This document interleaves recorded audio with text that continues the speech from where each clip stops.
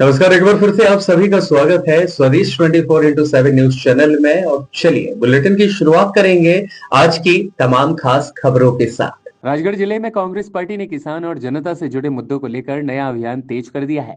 किसान न्याय यात्रा और वोट चोर गद्दी छोड़ कार्यक्रम के तहत में कांग्रेस जिलाध्यक्ष एवं पूर्व कैबिनेट मंत्री प्रियव्रत सिंह खींची ने माचलपुर और जीरापुर में कार्यकर्ताओं की बैठकों में हिस्सा लिया। प्रियव्रत सिंह खींची ने कार्यकर्ताओं के साथ बैठकों में कहा कि कांग्रेस जनता के हक की लड़ाई में मजबूती से खड़ी है। उन्होंने यह भी कहा कि कई प्रकार के मुद्दों पर सरकार का घेरा और लाडली बहना योजना का पोर्टल तुरंत चालू करने की मांग की। अतिवृष्टि से नष्ट हुई फसलों का सर्वे कर उचित मुआवजा दिलाने का आग्रह किया गया। ऐसे में निराश्रित गौवंश की समस्या को लेकर भी गांव-गांव में गौशालाएं खोलने और समुचित व्यवस्था करने की मांग रखी। किसानों को फसल बीमा राशि समय पर न मिलने पर नाराजगी व्यक्त की। इस दौरान उन्होंने माचलपुर में किसानों के साथ मिलकर ज्ञापन सौंपा और स्पष्ट किया कि कांग्रेस किसानों, महिलाओं और गरीबों के साथ खड़ी है। प्रियव्रत सिंह खींची का कहना है कि जनता के हक की लड़ाई के लिए हम कर्तव्य पथ पर हमेशा डटे रहेंगे और उनकी आवाज सत्ता तक पहुंचाने का काम करेंगे। स्वदेश 24x7 न्यूज चैनल के लिए संवाददाता भगवान सिंह डांगी की खास रिपोर्ट। कितनी महिलाएं हमारे यहाँ की भी एक बहन है, हमारे माचलपुर की बड़ा बढ़ चढ़ के नारेबाजी, बढ़ चढ़ के स्टेटमेंट। बहन, माचलपुर में तो पोर्टल खुलवा ले। पोर्टल तो माचलपुर में बंद है। आदि नगर पालिका की महिलाओं को लाडली बहना योजना का लाभ नहीं मिल रहा। पर नहीं, कांग्रेस कार्यालय पे प्रदर्शन, कांग्रेस कार्यालय प्रदर्शन करेंगे। हमें तो मालूम ही नहीं था कि एक वहां करेंगे, नहीं तो करने भी नहीं देते और आने भी नहीं देते। जानकारी लगी, मैं भी बिहार चला गया। 30 तारीख को ये सब हुआ, 21 तारीख को ज्ञापन दिया, 22 को मैं बिहार चला गया। मेरी वोट का अधिकार यात्रा में मैंने सब कार्यकर्ताओं से कही तक मैं आखिरी जवाबदारी मेरी बिहार की बची हुई। पर इतना प्रदर्शन, इतना डायलॉग बाजी, अब हमें दिखाने की बारी आई है। 20 तारीख को हम एक प्रदर्शन रख रहे हैं साथ, और उसी के लिए आज की मीटिंग हमने मेन रूप से बुलाई। 20 तारीख को हमने 5 मुद्दे जिले के सब वरिष्ठ नेताओं को बिठा के छाटे। एक मुद्दा है फसल बीमा का, जो सही साठ रूप से नहीं मिला। एक दूसरा जो मामला है वो है पीला मोजा लगा हुआ है और आपका सोयाबीन की फसल में भारी बारिश से नुकसान। तीसरा मुद्दा है खाद की किल्लत। चौथा मुद्दा है लाडली बहना योजना का पोर्टल बंद होने का। अब हम सब कांग्रेसी हैं। हमारी नीयत क्या थी? क्या नीयत थी कि कर्जा माफ करेंगे? हमने घोषणा करी थी।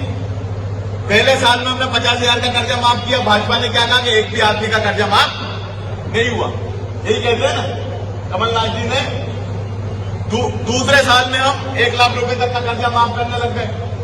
और अगर हमारा दूसरा बजट आ जाता तो उसी साल में हम 2 लाख रुपए का बजट भी,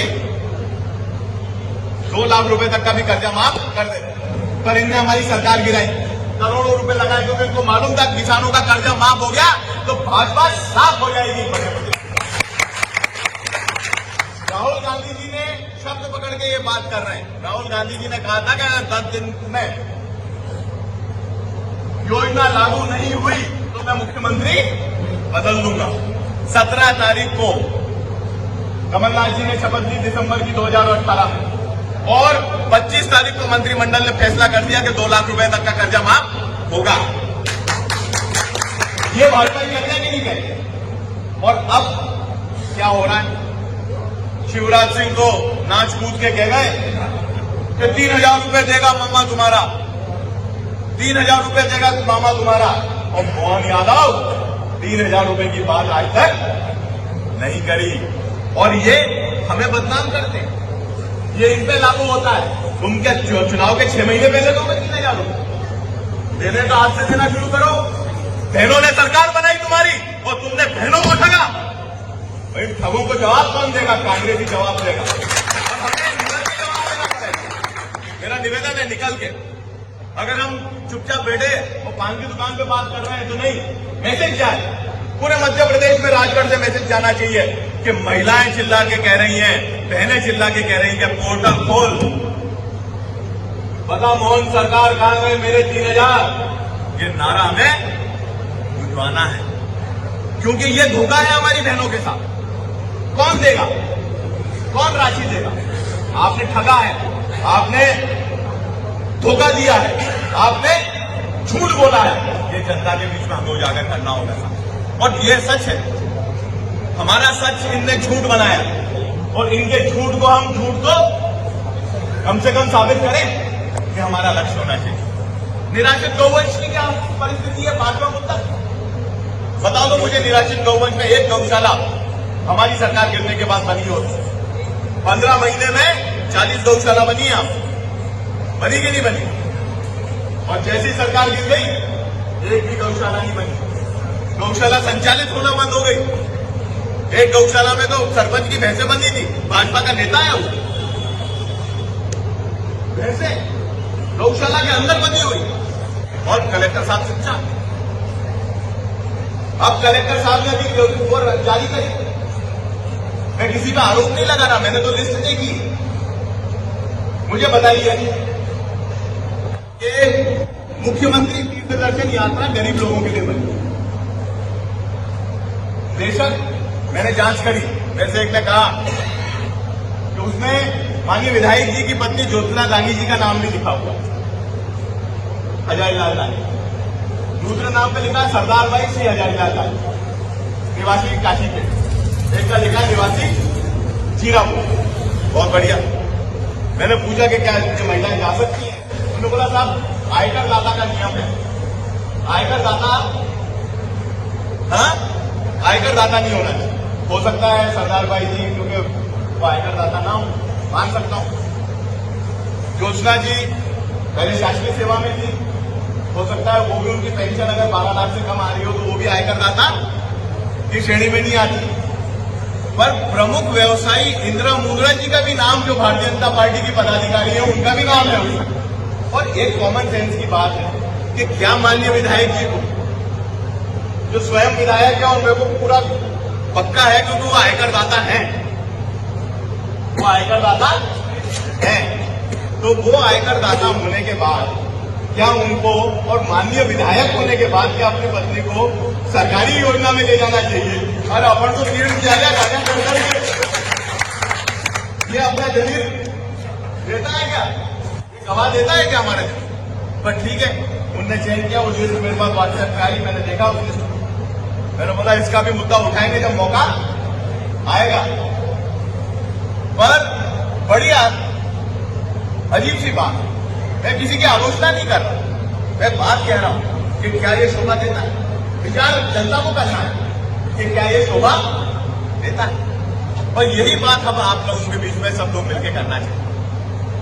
आज भ्रष्टाचार चरम सीमा पर है कि नहीं है? ये बात अब जैसे ही गौ माता की बात आती है, भाजपा ये बोलती है, चुप्पी सी जाती है। ये कहते हैं गौ माता की जय, गौ माता की जय। अरे हाँ ठीक है, तो उनके संरक्षण के लिए क्या? 15 करोड़ रुपए भी विधायकों को मिले, 15 करोड़ रुपए स्टैंप ड्यूटी के। एक गौशाला 40 लाख रुपए में बन जाती।